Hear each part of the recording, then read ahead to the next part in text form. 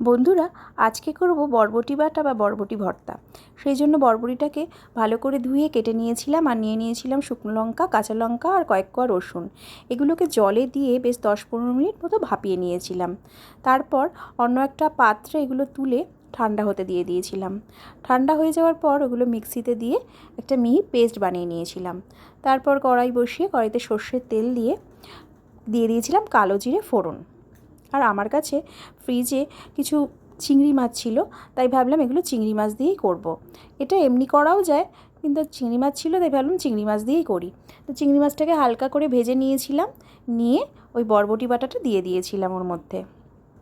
তারপর ভালো করে নাড়াচাড়া করে দিয়ে দিয়েছিলাম পরিমাণ মতো হলুদ গুঁড়ো, লবণ আর চিনি দিয়ে ভালো করে মিশিয়ে তারপর যখন এটা একটু আঁটো আঁটো হয়ে এসেছিলো তখন নামিয়ে নিয়েছিলাম আর ওপর থেকে দিয়ে দিয়েছিলাম একটু কাঁচা সর্ষের তেল।